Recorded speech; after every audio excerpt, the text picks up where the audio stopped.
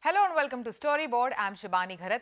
United Breweries has launched premium beer brand Amstel Grand in India. On the sidelines of the launch, I caught up with Vikram Bahl, Chief Marketing Officer of United Breweries, and spoke to him about the importance of premium segment for UB's long-term growth strategy. With the rise of craft beers and changing consumer preferences, how does United Breweries plan to stay relevant in the ever-evolving beer market, and much more? Listen in.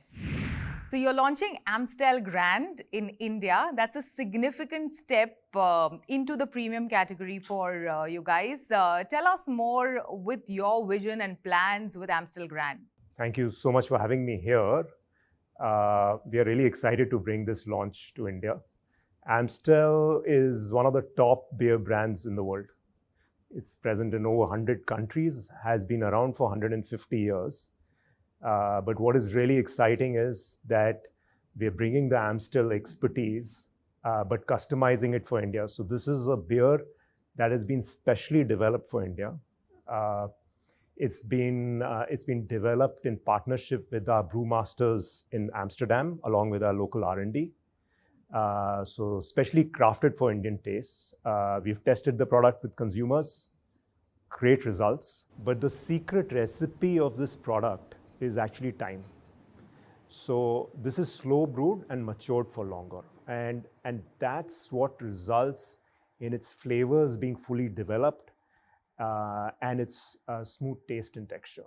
And which demographics or, which regions do you expect this beer to do well? We're starting out with Maharashtra, but we are going to roll it out, through the country as time progresses.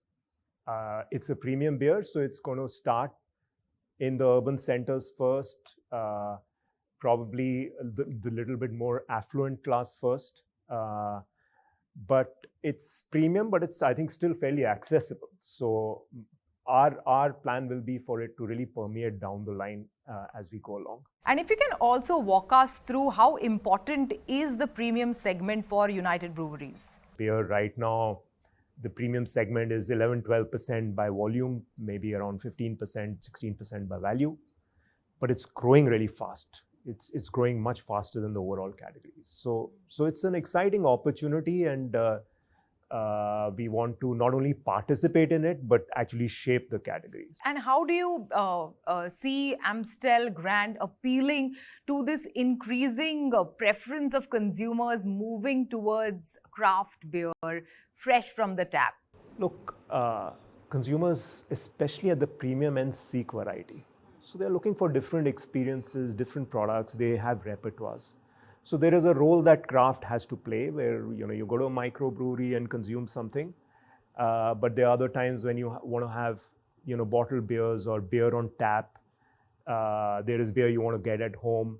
So there are various needs that consumers have, and so there is a specific role for craft. There is a specific role for something like this. But all I can say is that at the end of the day, this is, I would say, with high level of confidence, this is a beer consumers are totally going to love. And can you also share with us certain trends on where is the maximum consumption of beer happening in India today? Is it at home? Is it at pubs, at bars? How is India drinking beer? It's happening all over. Majority of consumption still will be at home, but a lot of consumption happens on what we call on-premise.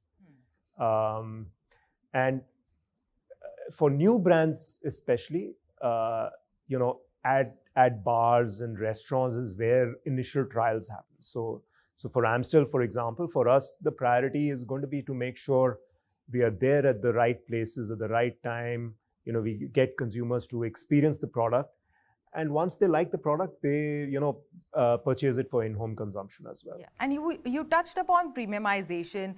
Of late, you also launched Heineken Silver in the country. So overall, if you can also tell us more about your premiumization strategy, considering it's a big trend over the past 1 year, year and a half or so. And with Amstel Grand, you have another product Yes. in the segment? So if you see the beer market in India, and that's true for the premium segment also, some people like mild beers and some people like strong beers, right? So for people who really like mild beers, we have Heineken Silver. So Heineken Silver is this what we call a really sessionable beer, very low on bitterness, very delicate taste, 100% malt. It's brewed horizontally, etc. But it's a mild beer, so that fulfills that need. But there is a lot of demand for premium strong beers, and that's where Amstel Grande comes in. And that's why Amstel Grande is something specifically designed for this need of Indian consumers, even at the premium end, to have strong beers. So it fulfills that need. But when you deliver a strong beer, you want to make sure that it's not too bitter. So that's the wonderful balance that Amstel Grande has, that it's got, it's a strong beer, yet it's really sessionable, really smooth, and it's an enjoyable experience. Yeah. Moving away from premiumization, if you look at beer as a category, in the alco-bev industry, do beer makers such as yourself, and wearing a marketer's hat, if I may ask you, do you look at, the other beer makers, the growth of, local players, the coming in of certain international brands to India? Do you look at them as your competition, or is it, your spirits, your single malts, your gins of the world, where we have seen an increasing consumption of spirits over the past couple of months as well? Look, as I think you would probably know, beer's penetration is still, and the volumes of beer in this country are on a per capita consumption quite low. So there's a lot of headroom for beer to grow.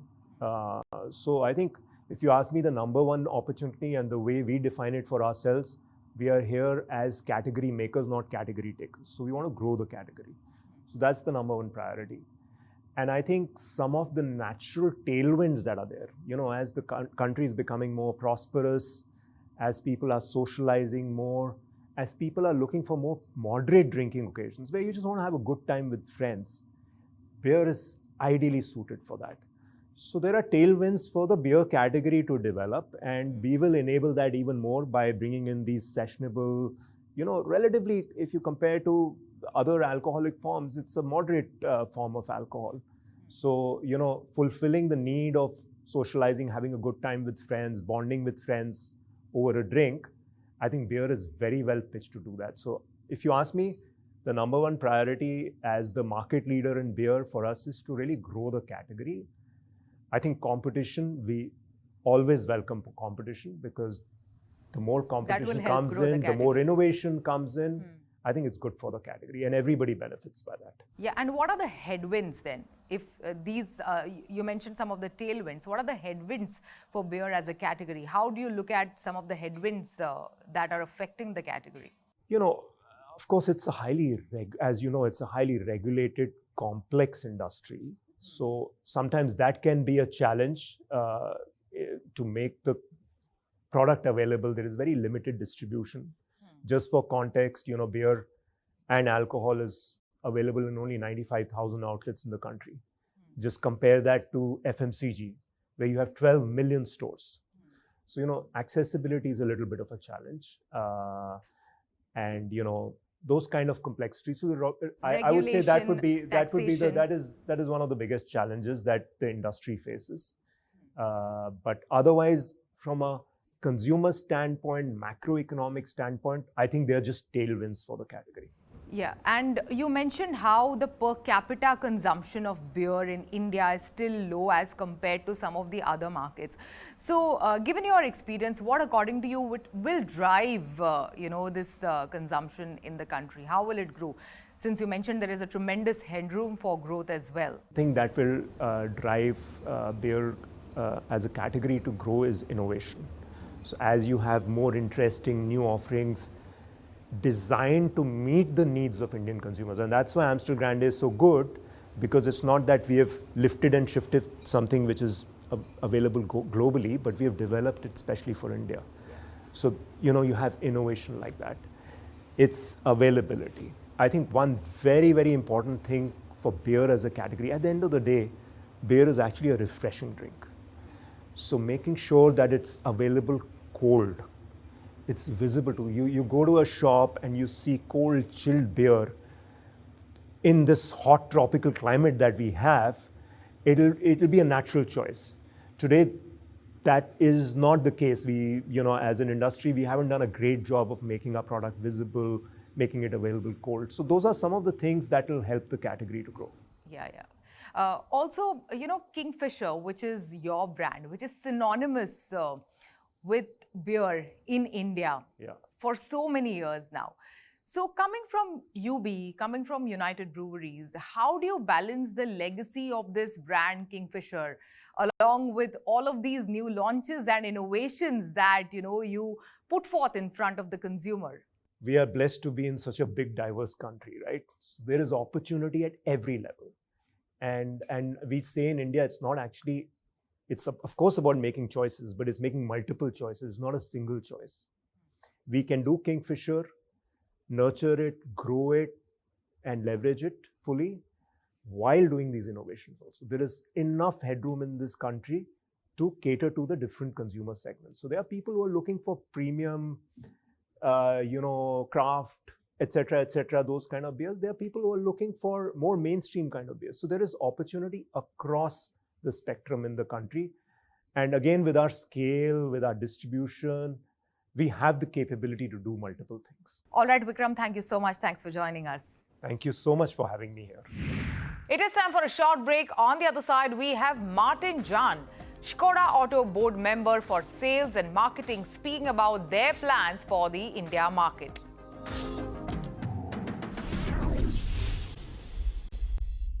Welcome back. Skoda India has launched their much anticipated Kylaq with a starting price of 7.89 lakh rupees this week to compete in the highly congested and highly contested sub-4 meter SUV category. The Kylaq will go up against popular models like Hyundai Venue, Tata Nexon, Maruti Suzuki Brezza and Kia Sonet. This is company's first ever sub-4 meter SUV, and Skoda says it is made specially for the India market. To tell us more about this launch, how is brand Skoda positioning itself in the India market? What are their plans for the country? We are joined in by Martin Jahn, Skoda Auto Board member for sales and marketing. Martin, welcome to CNBC-TV18. Thank you very much for having me. So you are launching Skoda Kylaq this week and you have chosen to associate with Rohit Shetty, who's known for his car stunts, in his films. So tell us about this interesting collab, interesting association for someone who is known to fly cars in cinema. Yeah, we wanted to bring this car in Indian style. The car was designed in India and for India. And we also wanted to introduce it in the Indian way. And we did sort of a Bollywood movie where the car also flies a little bit. So we were trying to pick the right setup to bring the quality of this car to the Indian audience. And this is the Skoda Kylaq. It is your first sub-4 meter SUV ever launched. Tell us, what will make this vehicle stand out in a already very competitive market? We wanted to enter the sub-4 meter market because it's the biggest market in India and we are committed to growth in India. So we had to enter this segment. We wanted to bring the European technology and democratize it for the masses. So this car makes no compromises on quality. It has 6 airbags. It has all the standard safety features. It also has a beautiful design, what we call the modern solid design, which we now bring to all the models Skoda globally. It has beautiful colors like this one, and I hope especially women will appreciate it. It brings a driving comfort and stability that you can expect from Volkswagen Group vehicles. So I think it's a very good package and great value for money. So we believe in this, as you said, competitive segment. We will stand out. Compact SUV segment is already very competitive with the likes of, let's say a Nexon or Venue present, which are popular amongst the Indian consumers. So how is your marketing strategy going to be to, create that position for this car in the minds of the Indian consumer? Well, I think that we are still unique. We bring the modern European design. We also bring the modern European technology to this segment. We bring this car to a very competitive price, and we will also have as a surprise for the early buyers a special after-sales package, because we want to show that our after-sales and service is not expensive. It's of a very good quality and also affordable. So I think that the whole value of money of this car, if you look at everything, the safety, the comfort, the drivability, it will be very appealing to the Indian customers. And tell us more also about your strategy for the India market. Tell us how are you looking at India beyond just, the urban and, the tier 1 markets? So for Skoda, India is the most important market outside of Europe. We have very strong manufacturing base. We believe that India will be our biggest market outside of Europe in terms of volumes, but we also want to use India as an export base to other countries. We will be starting next year production of the Indian cars in Vietnam. So we will be bringing the CKD kits to Vietnam and assembling Kylaq and Slavia for the Vietnamese markets, and we are looking at other markets as well. So we have very strong focus on India, where we have now 3 models, Kylaq, Slavia and Kylaq, specifically designed for India. But India is also our export base, and I believe in the future India will be one of the top 3 markets globally for Skoda. So being a board member for marketing and sales, tell us, how do you want to position brand Skoda in the India market today? Yeah. How do you want the consumers to look at the brand? So we want consumers to look at the brand Skoda as a brand that brings European technology for affordable price, value for money, beautiful design, but also lots of simply clever features that make their life easier. And what are some of the strategies that work with the Indian consumer? What are some of the insights that you've seen from your past launches that really work with the consumer of the country?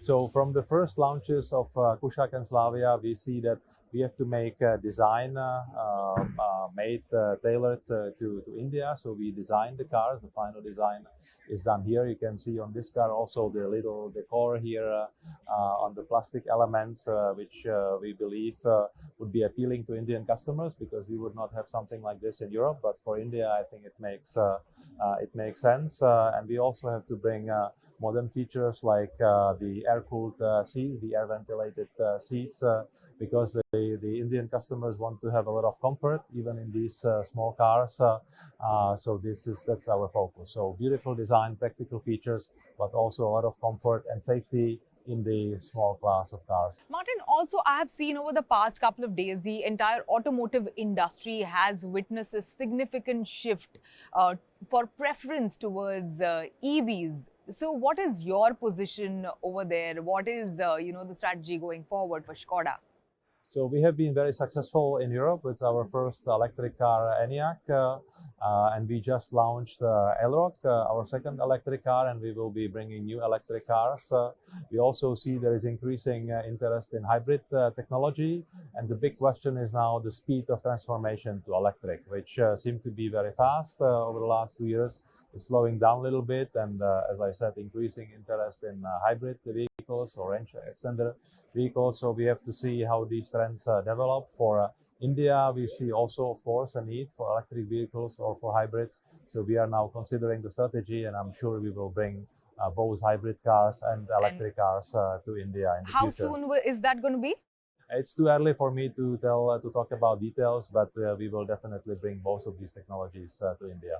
And at large, I have seen how automotive industry has seen a significant transformation with the entry of, even smartphone makers in this industry. Of course, there are startups that are launching new cars. So how are you looking at this entire shift and transformation? How is Skoda evaluating all of this? The automotive industry is going through a huge transformation. You have Tesla on one side, you have some of the Chinese brands, you have new startups, but many of these startups also died very quickly. This transformation is very brutal, and the costs and investments are huge in the automotive industry. And I think we have the strengths. We are a huge group. We have lots of history, lots of experience, lots of manufacturing base, and we have to learn about the customer preferences and understand how we bring the digitalization and connectivity to the car. Yes, and also, of course, with the rise of mobility services, do you think that, something like this will start eating into your pie? For example, in a city like Mumbai, parking is a big challenge. Like ordering an Uber is much easier, or calling for a car is much easier. So how are you evaluating all of this, entire transformation? I think it's complementary. There have been discussions about car sharing or Uber taking a big share of the car sales. We do not really see it at the moment because customers want to have their own car. They will, of course, use car sharing or Uber if it's appropriate, but they want to have a car. And if they have children, or if they want to have active lifestyle going out for a trip to the nature, they will still need a car, and you want to have your own personal space. And we see a big interest also in the young Indian community to buy cars. So I don't think it will be a major change. We just have to compete with the other car makers and bring the best cars to our customers. Well, all the best for that. Thank you so much. Thanks for joining us. Thank you very much. With that, it's a wrap on Storyboard this week. You can catch all of our content on Facebook, X and YouTube. Thanks for watching. We will be back same time next week. See you soon.